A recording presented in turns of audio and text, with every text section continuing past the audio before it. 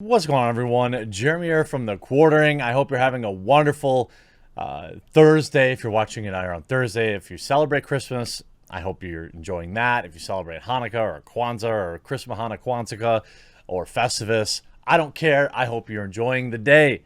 Now, President Donald Trump, has finally acknowledged that gamers are in fact the most oppressed, with one of his 15 pardons going to someone who spent $1,500 on Steam games, and the media is pissed. Now, ultimately, I have to lead in and say that of the people that Trump should have pardoned, this dude should not have been one of them.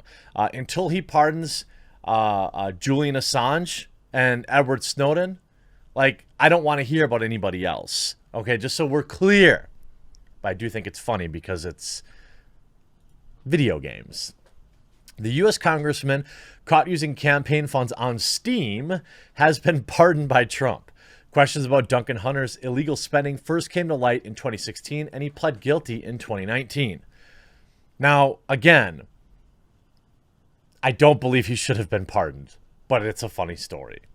In 2016, U.S. Congressman Duncan Hunter came under scrutiny after spending more than $1,300 of campaign funds on Steam.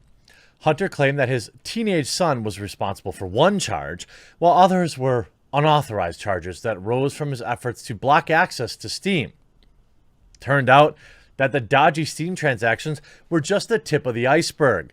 Despite his denials, Hunter and his wife were both indicted 2 years later over allegations they'd misused $250,000 worth of campaign funds for personal expenses and filed false campaign finance records to try and cover it up.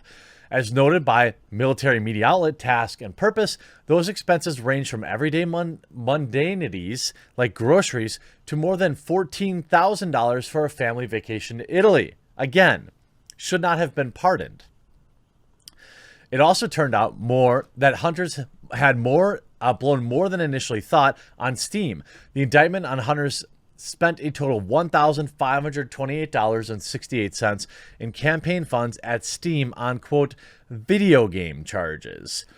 Hunter's wife, Margaret, who served as his campaign manager, pleaded guilty in June 2019 and in March 2020 was sentenced to 3 years probation and 8 months of house arrest. So we all got sentenced to that this year. Earlier this month, she filed for divorce. Hunter himself, boy, that name isn't a good omen, is it? Fought the charges until December 2019 when he reached a deal to plead guilty to a single charge of misusing campaign funds. On October 2020, he was sentenced to 11 months in prison. Beginning on January 4th, his sentence was initially set to begin in May of 2020, but was postponed because of the coup. Ultimately, however, he will serve no prison time at all. As reported by NPR, Hunter has been granted a full pardon by outgoing U.S. President Donald Trump. The pardon disclosure of the document was not yet listed on the U.S. Department of Justice website, but the White House issued a statement saying that the pardon was granted at the request of many members of Congress. It was also suggested that the case against Hunter was mishandled, claiming that the offenses he pled guilty to could have been handled as a civil case via the Federal Election Commission. Actually, again, no, you shouldn't have pardoned him. I think those that donated their hard-earned money to a campaigner or a politician probably aren't too happy that he's not spending a single day in jail after stealing $250,000. And this just goes to show, and I actually don't even know if he's a Republican or a Democrat. But actually, let's see. I'm just curious. I'm assuming he's a Republican because of the way everyone's reporting on it. But ultimately, also he shouldn't have been district court. Yeah, he was a Republican. Still, what he did was not okay, but it is kind of a meme. TechSpot. What I'm looking for is a list of the games. Like, were they the spicy games you have to put your age in to view? Or were they more like, Was he spending it on like microtransactions? Did he get sucked into like the Genshin Impact world where he got, he was getting in these gacha games? Some of the other money he spent, in addition to hotels, overseas vacations, plane tickets, the monies went on everyday items such as groceries, utilities, and clothes.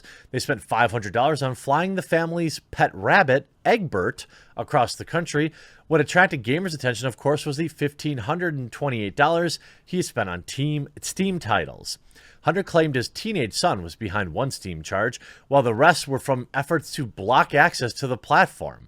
Margaret, who filed for divorce later this month, pled guilty to the charges. Now, I don't believe we have Hunter's Steam library here, question mark.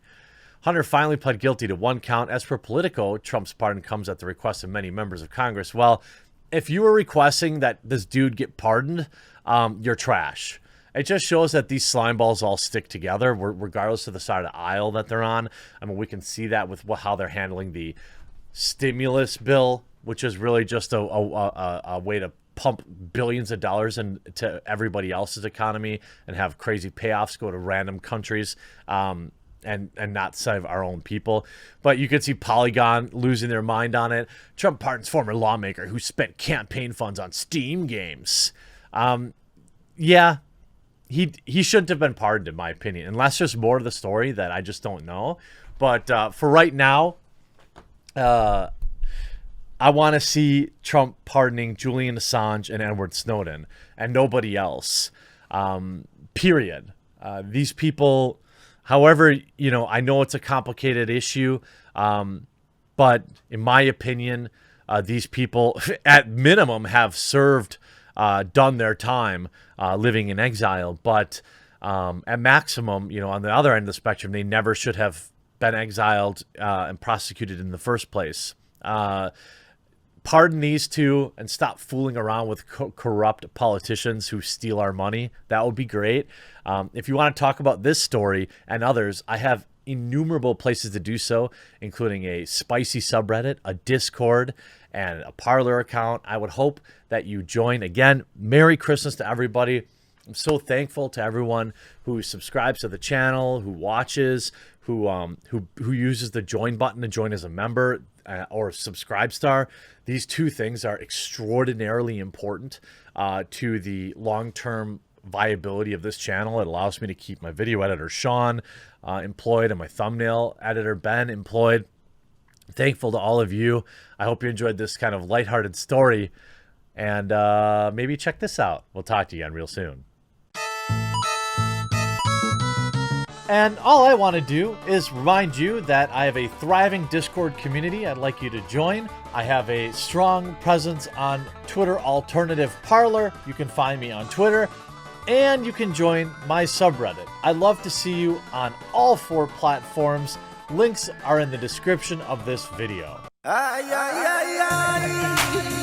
You can also support the channel by clicking that join button down below, becoming a member here on YouTube, or signing up at my subscribe star, which is also linked in the description below. Both forms of support go miles to support people like my wonderful editor, Sean.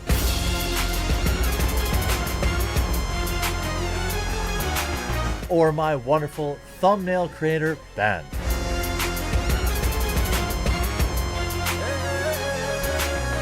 You don't have to do these things or join these communities, but it would be neat if you did. Now let's get on with the video.